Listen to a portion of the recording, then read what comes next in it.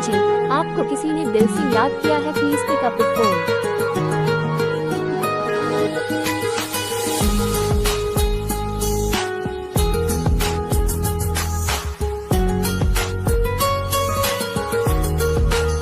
Mister Ram ji, आपको किसी ने दिल से याद किया है, please pick up the phone.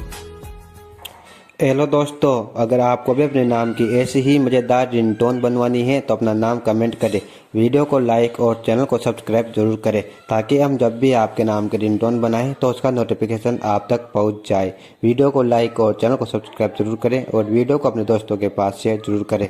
धन्यवाद।